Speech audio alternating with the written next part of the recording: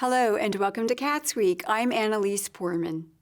At the Bloomington City Council meeting on May 17th, Assistant Director of Planning and Transportation, Beth Rosenbarger, gave a report on a corridor study being done on College Avenue and Walnut Street. So why are we conducting a corridor study? In summary, I would say safety, accessibility, use of public space, community goals, and adopted plan recommendations. But guess what? I'm diving into each of these. Slide. So along the stretch of corridor, which I'll talk about more, is the bypass to Allen Street. It's about 4.5 miles total of street.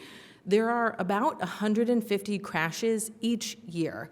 So that is 150 motor vehicle crashes every year along these important streets in our community. I think a lot of people who experience this space are willing to tell you the speed limit is 20 on both College and Walnut for most of it in the corridor area, and we're pretty confident people exceed the speed limit in these locations. Slide. So we are looking to improve safety. When we look at streets and how they're serving us, this is the intersection of College and 11th, and it is about 60 feet to cross the sidewalk there. And even if you said we're gonna keep the two through lanes, 2 turn lanes, and a bike lane, there are ways to design that space differently to make the pedestrian crossing shorter. So every space where pedestrians are crossing an intersection and exposed to automobiles is a conflict space and a space where you can have crashes. Also, when we look at traffic signals and how traffic signals are timed, the pedestrian crossing time is one of the dependent variables that determines what a signal phase and signal cycle can be, because it is timed based on how long it takes a person to cross the street. So counterintuitively, or maybe I guess a win-win, is when you make pedestrian crossing distances shorter, it is both safer for pedestrians and can improve signal timing and signal turnover because you've now reduced how long a signal phase has to be. Rosenbarger explained why they are looking into the corridor study and highlighted certain aspects that make the study necessary. Why are we conducting a corridor study? Along these 2 streets, we have an inaccessible pedestrian network and an incomplete pedestrian network. This is an image with Miller Showers Park on the right side of the image facing south, and on the left side are private properties. It looks almost like it's a sidewalk, but that's a dirt path worn into a property on what is the east side of the street there. Slide, please. This is an area on South College, just south of First Street. It's kind of hard to tell, but this is a driveway, and that's the sidewalk, and they're just standing curbs. So anyone who's using a wheelchair, an assistive mobility device, or somebody with a stroller might be able to get by, but that's an inaccessible sidewalk, and somebody has to go into the street. Next slide. And you might say, well, they could cross the street and use the sidewalk on the other side, but there isn't sidewalk on the other side in this location. And also in the vicinity, this is Walnut facing west. The closest, very close destination to here is the Bee Line and Hopscotch Coffee. And there is not actually a complete sidewalk path to get from the intersection of Walnut and Dodds to the Bee Line and Dodds. I've heard about this from multiple people in the community, and that is a very challenging section to cross. A lot of people end up sprinting across the street at the turn on Dodds. She outlined what the corridor study parameters are and clarified exactly what is studied when looking at a corridor. So what is the corridor study? We're talking about College and Walnut from the bypass on the northern end to Allen Street on the southern end. It's 2.2 miles on each street, and that's 4.5 miles of street total. When we say a corridor study, I was talking to one group and they're like, well, what do you mean? And I was like, great question. We are talking about the streets. We are talking about the sidewalks, street trees, motor vehicle facilities, bicycle and scooter facilities, transit facilities, outdoor seating space, outdoor merchandising space, loading and unloading, deliveries, and more. So when we talk about the street, we do picture all these things and the many activities that need to take place there. How's it going with those activities right now?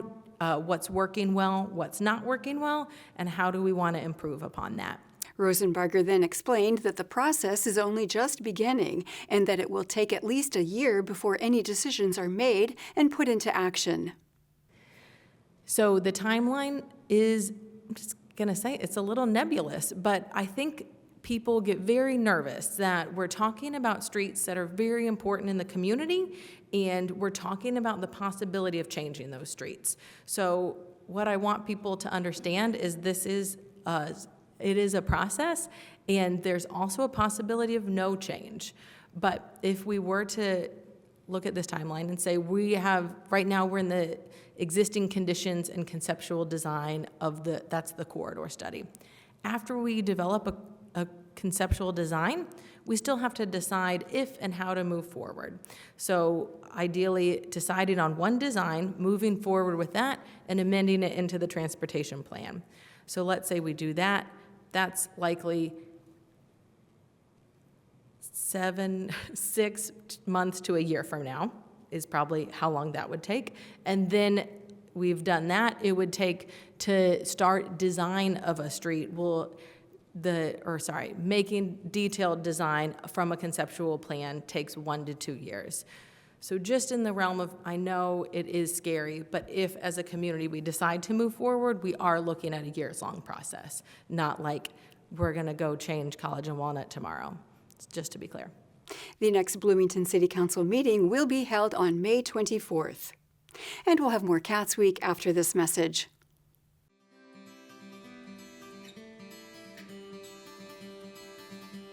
Do you know that thousands of children go without school supplies every day? Teachers Warehouse is a 100% volunteer-powered organization. We service the educational and creative needs of students in Monroe, Brown, Greene, Lawrence, and Owen counties by distributing school supplies free to the teachers. Teachers Warehouse is composed of 7 rooms filled with books, pencils, paper, and even tools to motivate students. If it's in a classroom, we'll supply it. Welcome back to Cats Week. At the Monroe County Redevelopment Commission meeting on May 17th, Commission President Richard Martin introduced a discussion regarding residential TIF funds. The Commission generates funds for infrastructure improvements by creating what we call a tax increment financing district. And the revenue which is generated by growth within that district is able to be used to pay off bonds that we use then to build infrastructure. And normally we build roads, but we've done sewers. We also can make a contribution to the Richland Bean Blossom School Corporation for their STEM programs.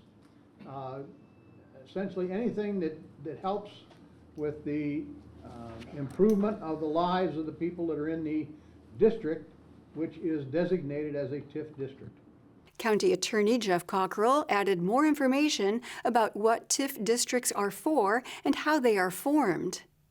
The one on the south is the area which is currently within the what we call the State Road 46 TIF. For many of you that, or for us at least, it's often known as the North Park PUD area. That was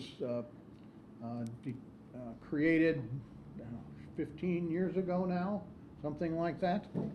And there has been some development on the south side of 46, but there has been essentially no development in that planned unit development on the north side of 46. Then there is another area, and that area is between State Road 46 and essentially Arlington Road.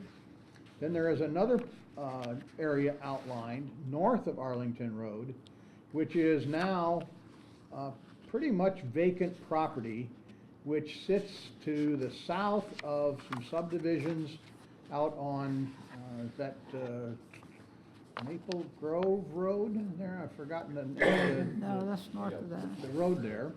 And it is west of the interstate, and then it's generally in Bloomington Township with a little bit of it in, I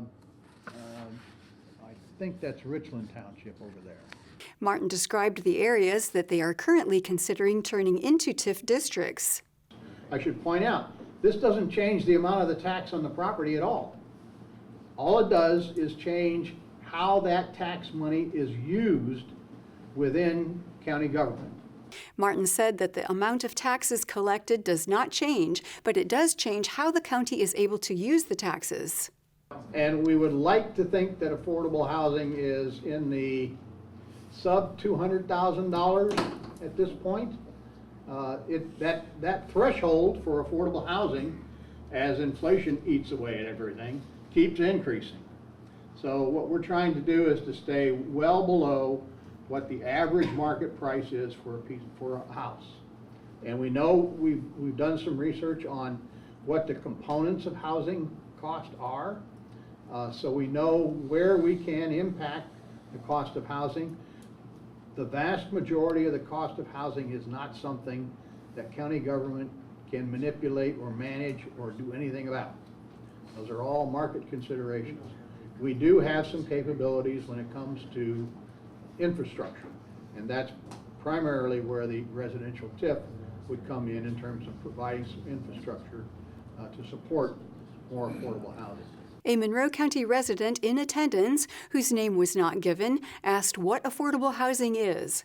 Martin responded and explained how the county's actions can help make housing more affordable.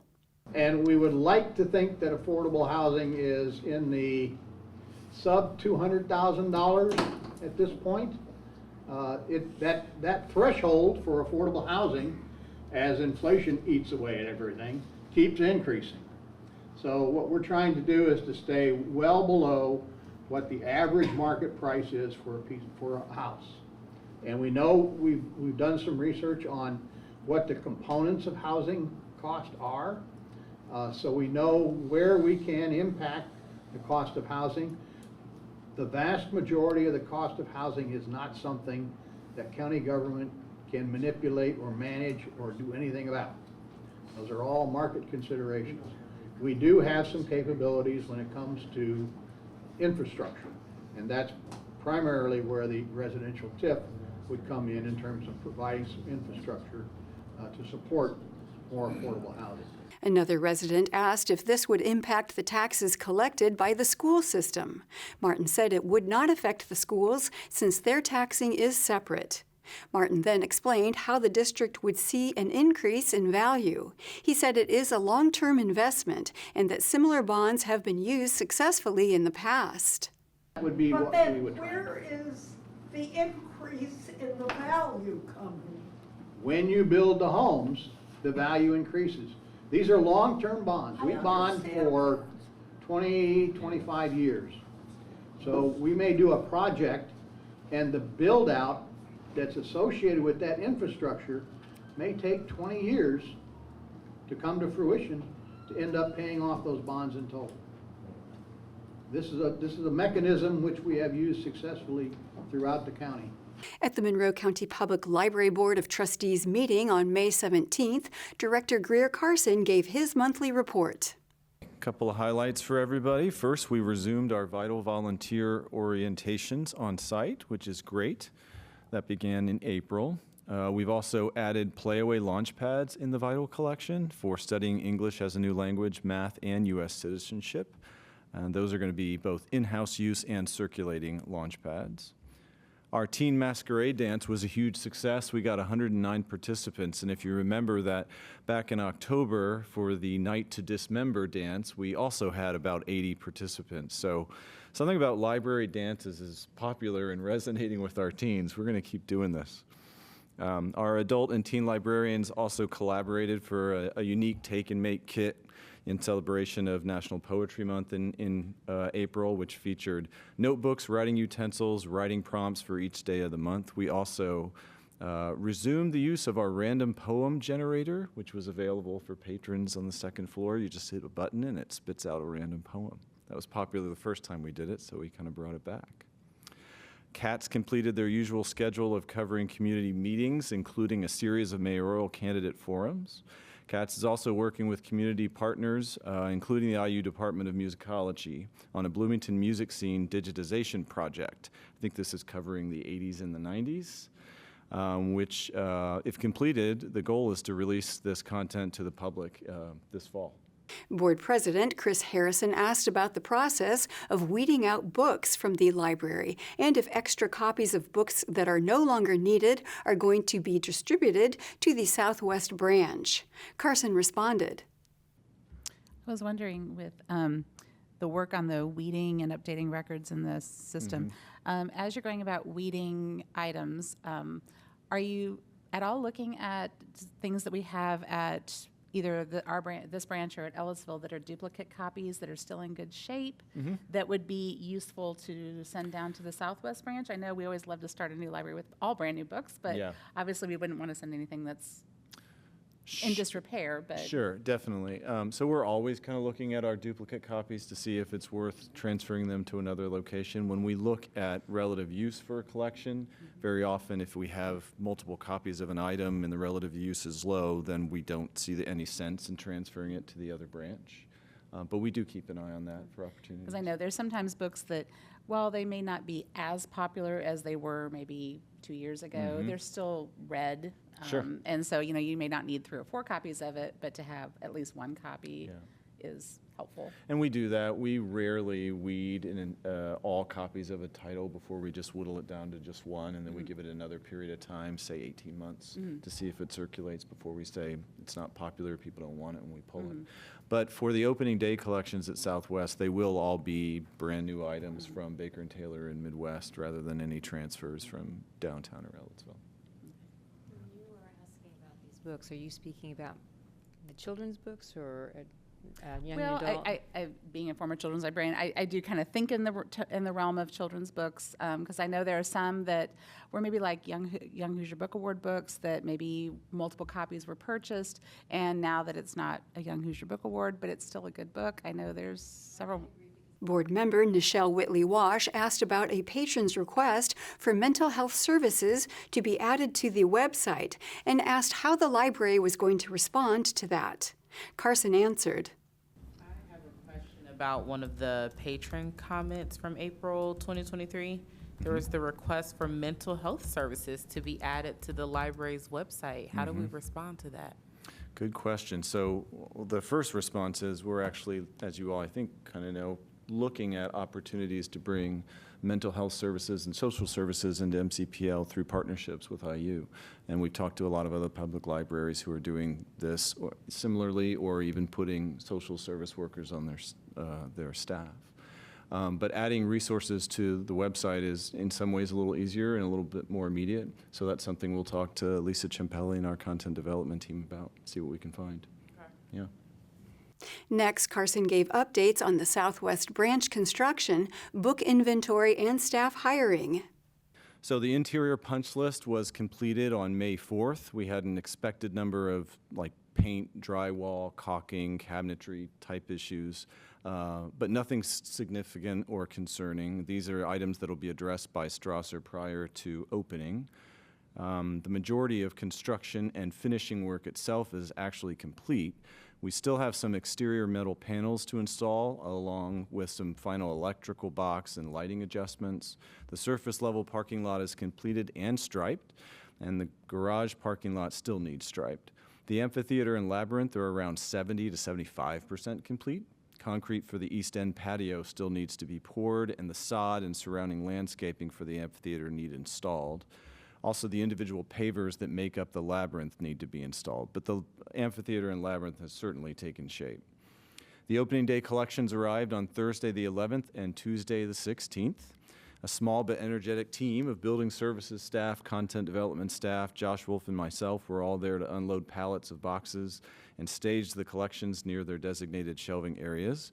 And we are now unboxing, checking, and shelving all of the items. The children's collection has actually been shelved with face-out displays as of this afternoon. All of the furniture has arrived and is being assembled and installed throughout the building.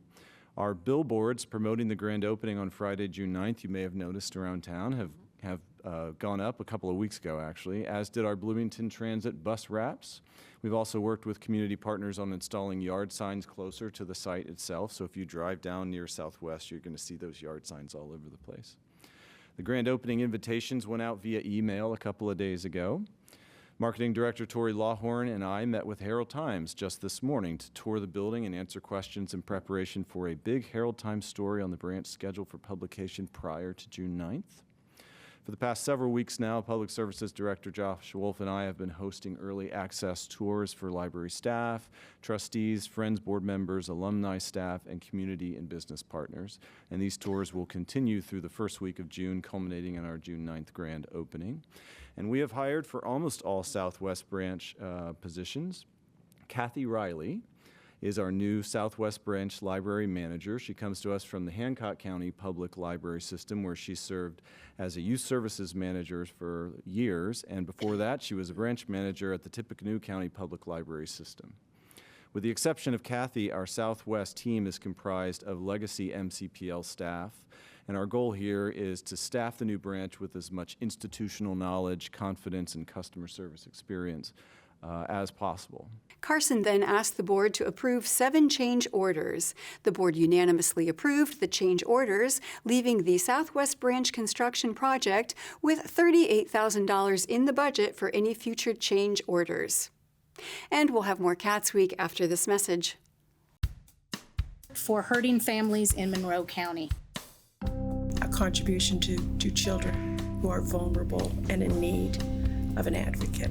A staff that goes above and beyond to support and advocate for children in need of services. The web of remarkable people who are dealing with difficult situations. So many young people that are in need of help and trying to find a stable family, a stable place to live.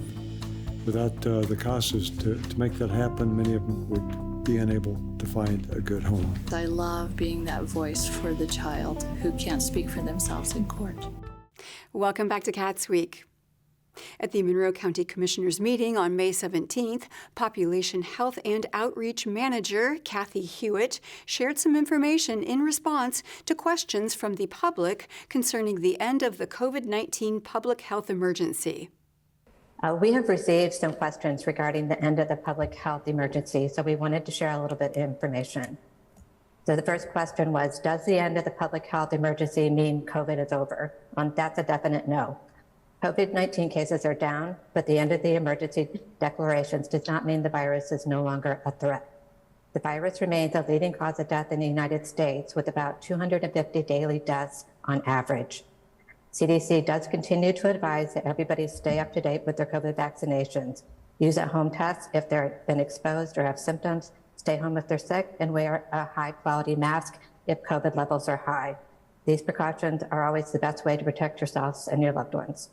Next, Financial Director Breanne Gregory asked the commissioners to approve a contract with Baker Tilly for consulting services to help manage American Rescue Plan Act funding. I am requesting program support for assistance with the American Rescue Plan Act, ARPA. Due to the number of projects and just the vast program requirements, believe this is necessary as an added control, just for support with policy, compliance, implementation, reporting, and assisting with pass-through programs. So the total expected, the budgeted amount for the 4 years of support is $116,450. County Attorney Jeff Cockrell explained how Baker Tilly was selected and that the County Council will need to approve the appropriation of funds as well. And I would just add that we did a fairly extensive interview process where we reached out to our current auditors and asked for their recommendations of vendors who they felt could support this. That auditing group could not because of conflicts of interest. And so we interviewed several candidates, and the conclusion was that this was the proper group. I would say that this is not part of our ARPA plan yet. It's not been appropriated by County Council, so your approval should be contingent upon those two things. The commissioners unanimously approved the contract with Baker Tilly, contingent upon the County Council's approval. And that is all for CATSweek. Thank you for joining us. For CATS and WFHB, I'm Annalise Poorman.